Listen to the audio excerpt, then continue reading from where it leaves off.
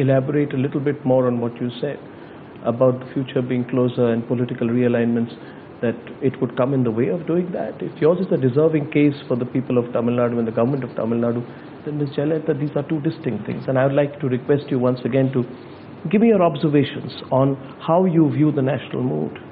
You've seen the Lokpal debate. You've seen some of the key issues that have arisen in the Lokpal debate. Let me put it to you this way.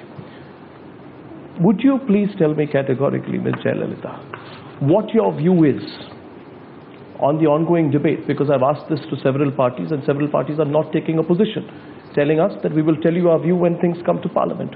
Where do you stand, say for example, on the issue of the inclusion of the Prime Minister in the Lokpal bill, an issue which the government clearly is not in an open mind to discuss? I will enunciate my views very clearly. The proposed Lokpal bill should exclude the Prime Minister for the following reasons. The Prime Minister is already covered under the Prevention of Corruption Act, and any misconduct by the Prime Minister can be investigated by the CBI. Sometimes the Lokpal could be used by foreign powers to destabilize the government. When a frivolous and politically motivated complaint against the Prime Minister is preferred before the Lokpal, and if the same is telecast by TV channels, which would be running it round the clock, it would dent the Prime Minister's credibility and authority, even if nothing comes of the complaint ultimately. It would seriously dent the Prime Minister's authority. The Lokpal is empowered to investigate all allegations, and therefore, when an allegation is levelled against the Prime Minister before the Lokpal, he will be put on the defensive and constantly occupied to defend himself, to defend the accusation. In such an event, how can the government, which is reliant on the Prime Minister, work? The functioning of the Lokpal, inclusive of the Prime Minister, will pave the way for a parallel government, which would undermine the authority of the office of the Prime Minister. The state government, that is the state government of Tamil Nadu, has not given its views on the Lokpal since no final draft has been arrived at by the Government of India. Lokpal is much more than what is envisaged in the Prevention of Corruption Act.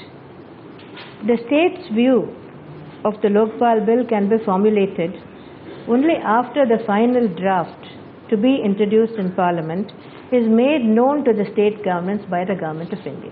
Okay. So that is my view. I have enunciated it very clearly. Ms. Jayalalitha, I find a contradiction a little bit in your position on the Prime Minister and your assessment of the national mood. The national mood is clearly one of anger. And I take it your position on the Prime Minister. No, I must clarify one thing. Yes. The national mood is one of anger because of what is happening today. But when I say that the Prime Minister should not be included in the purview of the Lokpal, I am not lending my support to any individual. I am talking about the institution of the office of the Prime Minister. Because you have taken strong positions on the issue of Mr. Raja. You've taken strong positions on the issue of Mr. Mara. I'm taking a strong position on this too. If the Prime Minister is included in the purview of the Lokpal, that will mean there is a parallel government. And unless the Prime Minister is vested with full authority as laid down in the Constitution, a Prime Minister cannot function, cannot administer this country. So nothing should be done that will erode or undermine the authority of the Prime Minister. What is your view on the non-inclusion of the CBI under the Right to Information Act, which has been an ongoing subject of debate? The CBI has been excluded under the RTI, and many people have a strong view against it. They feel it curbs transparency. There are certain areas in government where secrecy has to be maintained for so many reasons. Just as you have the CBI at the center, you have the CID, CBCID in the state also. Now, they deal with hardcore criminals, terrorists, criminals of all kinds. If every bit of information is sought to be obtained under the RTA, how can you deal with such criminals? They themselves might be putting up others to get this information on their CBI behalf. is not an intelligence agency as defined. But they have to deal with criminals and with crime. So where investigation of crime and dealing with criminals is concerned, a certain amount of secrecy is necessary, otherwise you just can't function. The other big ongoing debate, because Ms. Jayalalitha, a lot of your positions on key issues are important at the national level. There's been also an ongoing debate on the communal violence bill. And the prevention of communal violence bill as drafted by the National Advisory Council, the debate has been over the fact that only minorities are included in the definition of a group, linguistic and religious and other minorities. Some people feel this is anti-majority. I'd like to know where you stand on this.